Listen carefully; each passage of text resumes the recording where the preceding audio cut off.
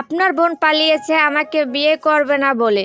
How funny! কিন্তু আমি তো বউ ছাড়া ফিরবো না। আশিক শিকদার দৃষ্টকণ্ঠে বলে ওঠে তুষার নেওয়াজ। তুষারের এমন বাণীতে আশিক শিকদার তার দিকে তাকিয়ে শান্ত গলায় প্রশ্ন ছুড়ে তুষারের দিকে, কি চাইছো তুমি? আশিক শিকদারের কথায় বাঁকা হাসল তুষার। আশিক শিকদারের পিছনে দাঁড়িয়ে থাকা মেয়েটার দিকে তাকিয়ে আবারও হাসল। এরপর তার আঙুল সেদিকে তাক করে আবারও সে দৃষ্ট কণ্ঠে বলে, আমি ওই মেয়েটাকে বিয়ে করব। আশিক শিকদারের কপাল কুঁচকে ফেলে। তুষারের ইশারা করা মেয়েটার দিকে তাকাতেই চমকে উঠে সে। তুষারের দিকে তেতে উঠে বলে, ও আমার মেয়ে, তোমার সাহস হয় কি করে ওকে বিয়ে করতে বলার? তুষার হেসে উঠে শব্দ করে। আশিক শিকদার তাকালেন তুষারের বাবা রিদওয়ান নেওয়াজের দিকে। আপনার ছেলে এগুলো কি বলছে? আশিক শিকদার কিছুটা এগিয়ে গেলেন। রেদওয়ান মেজা বুঝতে পারছেন না ছেলের কাজগুলো। রেদওয়ান নেওয়াজের ধমকে উঠেন, তুষার এসব কি বলছিস তুই? উঠে আয়, তোকে এখানে বিয়ে করতে হবে না। তুষার পাত্তা দিল না তার বাবার কথা, উল্টো বলল, তুমি এসবে পড়ো না ড্যাড। আমি বউ নিয়ে যেতে এসেছি, মানে বউ নিয়েই ফিরবো, সে প্রার্থী নিজে হোক বা প্রার্থীর ভাতিজি। মাহার কানে শেষ কথাটা পৌঁছাতে সে চমকে উঠল। এই লোকটা এসব কি বলছে? সে বিয়ে করবে না এই লোকটাকে কখনো। রিদওয়ান নেওয়াজও চুপ করে রইলেন। ছেলের এমন কাজে তিনি লজ্জিত অনুভব করছেন। মাহা চিৎকার করে উঠে, আমি বিয়ে করব না আপনাকে। তুষার হাসল মাহার কথায় আবারও, তবে সে তার জায়গাতেই বসে রইল। তখন মাহার ভাই আরমান এসে তার কলার চেপে ধরে। তুষার তখনও শান্ত। আরমান চেঁচিয়ে বলে, তোর সাহস কি করে হয় আমার বোনের দিকে নজর দিতে? তুষার তখনও চুপ করে।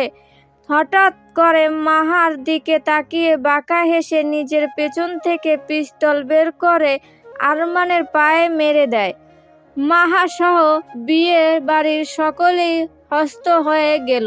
রেদওয়ান নেওয়াজ খেপে গেলেন ছেলের উপর। এসে ঠাস করে এক থাপ্পড় বসিয়ে দিলেন। পাগল হয়ে গেছিস তুই? কথাটা কলার চেপে ধরে চিৎকার করে বললেন।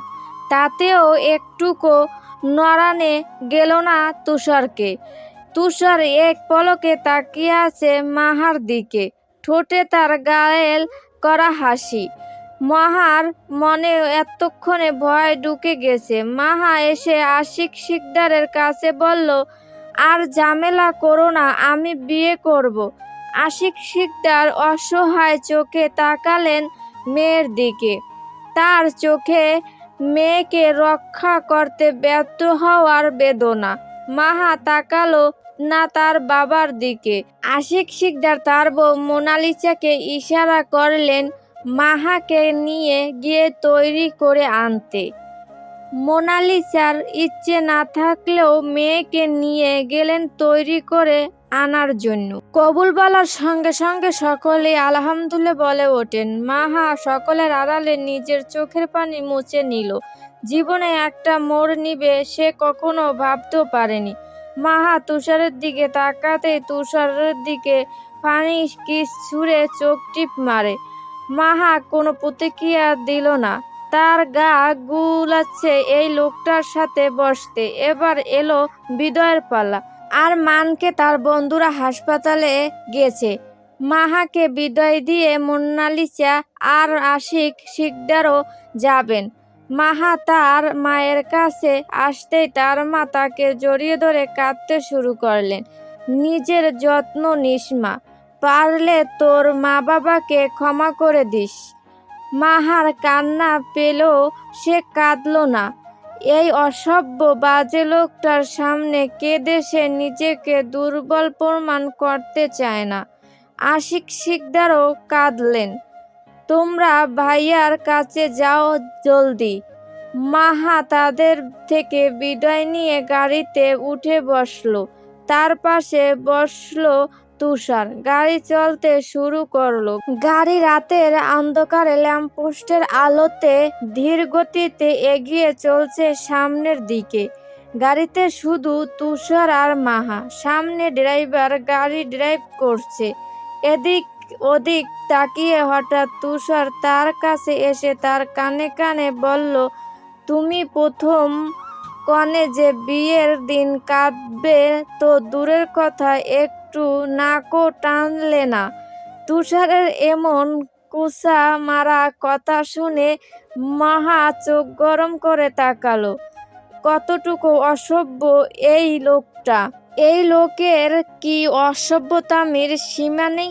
লাজ লজ্জার বিন্দুও রেশও নেই এই লোকের। মহাকে তার দিকে এভাবে নাকমুখ কুঁচকে তাকিয়ে থাকতে তুষার সন্দেহ বলে উঠে, এভাবে তাকিয়ে কি দেখে ক্রাশ খেয়েছ নাকি? অবশ্য খাওয়ারই কথা। আমার চেহারাটা এত মিষ্টি কি বলবো। শেষ লাইনটা বলার সময় নিজের হাত দিয়ে মাথার চুলগুলো পিছনে ঠেলে দেয়। মাহা তার দিকে তাকিয়ে বমি করার মতো রিয়েকশন দিয়ে বলে, ছি, আমার রুচি এতটাও জঘন্য না। মাহার কথায় তুষার এবার তার খুব কাছে এসে ভয়েসে বলে, তোমার রুচি তোমার ভাবনার থেকেও জঘন্য হতে যাচ্ছে, জাস্ট ওয়েট অ্যান্ড সি।